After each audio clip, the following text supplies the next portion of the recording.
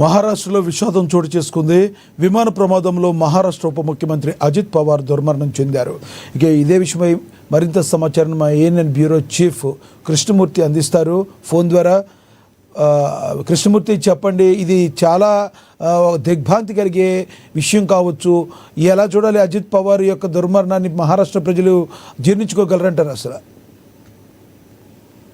మహారాష్ట్రలోని మహాయుతి కూటమి ప్రభుత్వంలో అజిత్ పవార్ బాధ్యతంగా ఉన్నారు. దేవేంద్ర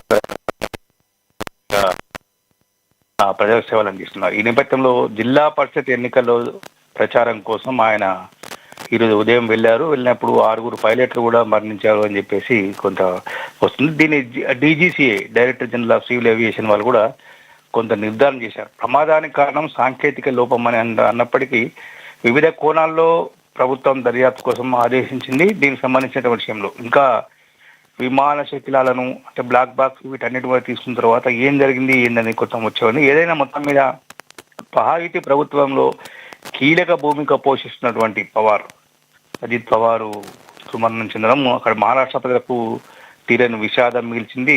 కొంత కూటమి అంటే మహాయుతి ప్రభుత్వానికి కూడా కొంత అక్కడ ఇబ్బందికర ఉండే పరిస్థితి ఉంది. అంటే మహాయుతి ప్రభుత్వంలో మొన్న ఏడాది జరిగినటువంటి ఎన్నికల్లో కొంత మహారాష్ట్రలో ప్రభుత్వాన్ని అంటే కూటమి ప్రభుత్వాన్ని తీసుకురావడానికి అజిత్ పవార్ తనైనటువంటి శైలిలో కొంత ప్రయత్నం చేశారు. కూటమిని ఓట్లు చీరకుండా ఆయన ప్రచారంలో ముమ్మరంగా పాల్గొని బీజేపీకి అండగా ఉన్నారు. ఎన్డీఏ కూడా కొంత ఆయన అండదండగా ఉన్నారు. కాబట్టి ఈ నేపథ్యంలో జరిగినటువంటి ప్రమాదంలో అంటే విమాన ప్రమాదాలు వరుసగా జరుగుతూ ఉన్నాయి. లాస్ట్ ఇయర్ కూడా జరిగింది. అంటే జరిగినటువంటి విమాన ప్రమాదాల కారణాలు ఏంది అనే విషయంలో కొంత కేంద్ర పౌర విమానయాన శాఖ ప్రత్యేకంగా దృష్టి పెట్టి మొత్తం విమాన వ్యవస్థలు అంటే పౌర విమానయాన శాఖను పునరుద్ధరిస్తారా, లేదు అంటే దాంట్లో ఉన్న సాంకేతికను మరోసారి అప్గ్రేడ్ చేయించి, లేదు అంటే వచ్చినటువంటి సాంకేతిక పరిజ్ఞానాన్ని అందుబాటులో తీసుకొచ్చుకుని అన్ని విమానాలను చెక్ చేయించి ఇట్లాంటి ప్రమాదాల దుర్ఘటన జరగకుండా ప్రాణాలు ఎవరికైనా ఇబ్బందికరంగా ఉంటుంది.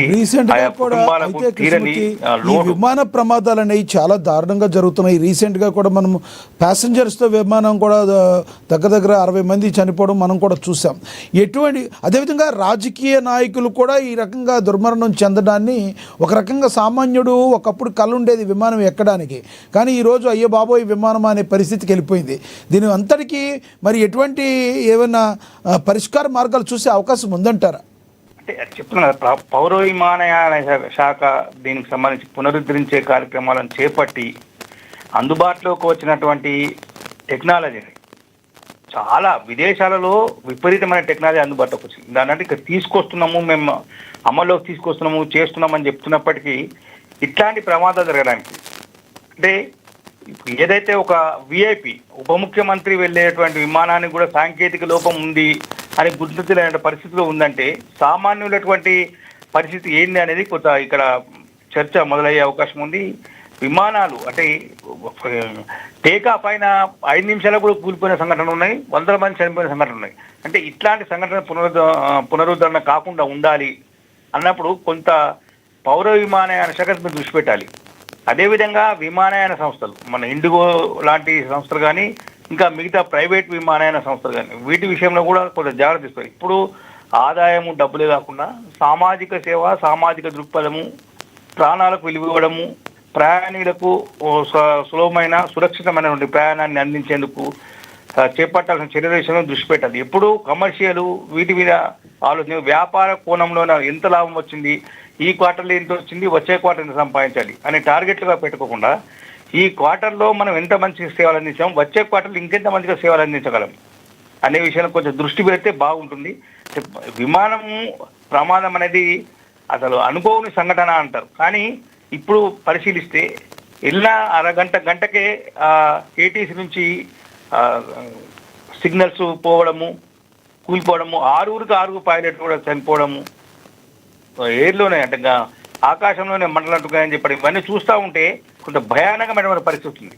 మీరు అన్నట్టుగా ప్రజలు కొంత విమానాలు ఎక్కాలంటే భయపడే పరిస్థితికి వచ్చింది. అంటే దీన్ని పొడగొట్టాలి అంటే విమాన ప్రయాణం సురక్షితమైనది, తొందరగా చేరుకోగలము, సురక్షితంగా చేరుకోగలము అనే విషయంలో కొంత డీజీసీఏ కానీ పౌర విమానయాన శాఖ మంత్రిత్వ శాఖ కూడా మన తెలుగు మంత్రే దానికి ఉన్నారు కాబట్టి రామ్మోహన్ నాయుడు, కాబట్టి ఆయన కూడా కొంత దీని మీద దృష్టి పెట్టి ఒక రకంగా చెప్పాలంటే రామ్మోహన్ నాయుడు చాలా గట్టు పరిస్థితులు ఎదుర్కొంటున్నారు అనుకోవచ్చా? రీసెంట్గా జరిగిన విమాన ప్రమాదం, మళ్ళీ ఇండిగో అన్నీ కూడా మన క్యాన్సిల్ అవ్వటం, ఇప్పుడు చూస్తే ఇది ఎటు చూసినా ఒక చిన్న ఏజ్లోనే అతను ఇప్పుడు విమానయాన శాఖ మంత్రిగా కొనసాగుతున్నారు. ఆయన మీద ఇదంతా ఒక స్ట్రెస్ ఉండే అవకాశం ఉందంటారా? ఖచ్చితంగా. అంటే చిన్న ఏజ్లో ఉన్నప్పటికీ ఆయన అమెరికాలో చదువుకొని వచ్చారు. సాంకేతికంగా ఆయన కూడా కొంత ఆయనకు పరిజ్ఞానం, సాంకేతిక విషయంలో ఆయన కొంత విషయ పరిజ్ఞానం అనేది ఉంది. వీటన్నిటిని కూడా అంటే ఆయనకున్న పరిజ్ఞానము, అందుబాటులోకి వచ్చిన పరిజ్ఞానము, తనకున్నటువంటి పరిచయాలు, అమెరికాలో చదువుకున్న అనేక మందితో ఆయన మాట్లాడుతుంటారు. కేంద్ర పౌర విమాన శాఖ మంత్రిగా వేర్వేరు దేశాల మంత్రిత్వ శాఖలతో కానీ వేర్వేరు దేశాల్లో ఉన్న పౌర విమానయాన సంస్థలతో కూడా ఆయనకు టచ్లో ఉండుంటాయి.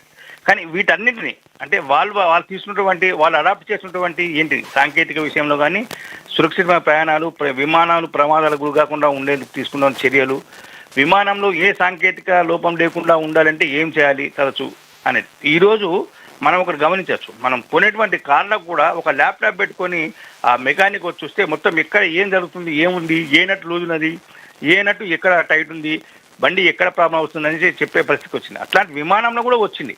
కానీ దీన్ని డీజీసీఏ ఉపయోగిస్తుందా, అసలు పౌర విమానయాన శాఖ దీన్ని మొత్తంగా తీసుకుంటుందా లేదా, అంటే అందుబాటులో కొంచెం సాంకేతికను తనకు అనుకూలంగా మలుచుకుంటుందా లేదా అనే విషయంలో కొంత అనుమానాలు అయితే వస్తూ ఉన్నాయి.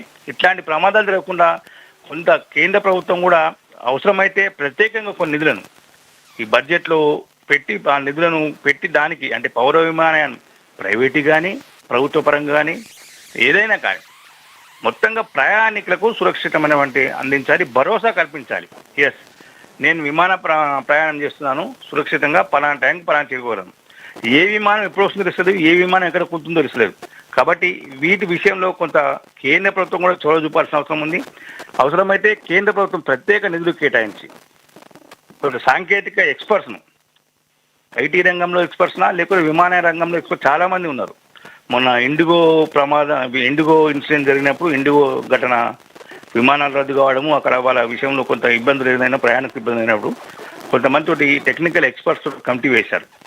అట్లాంటి కమిటీ వేసి ప్రతి విమానాన్ని, చిన్నది పెద్దది కాదు, ప్రతి విమానాన్ని పూర్తి స్థాయిలో తరోగా చెక్ చేయించి ఏ మాత్రం ఇబ్బందిగా ఉన్నా, ఏ మాత్రం టెక్నికల్గా కొంత 0.1% ప్రాబ్లం ఉన్నా దాన్ని ప్రయాణికులకు అందుబాటులోకి లేకుండా ఉండే విధంగా కఠిన చర్యలు తీసుకుంటే తప్ప ఇట్లాంటి ప్రమాదాలు జరగకుండా చూసే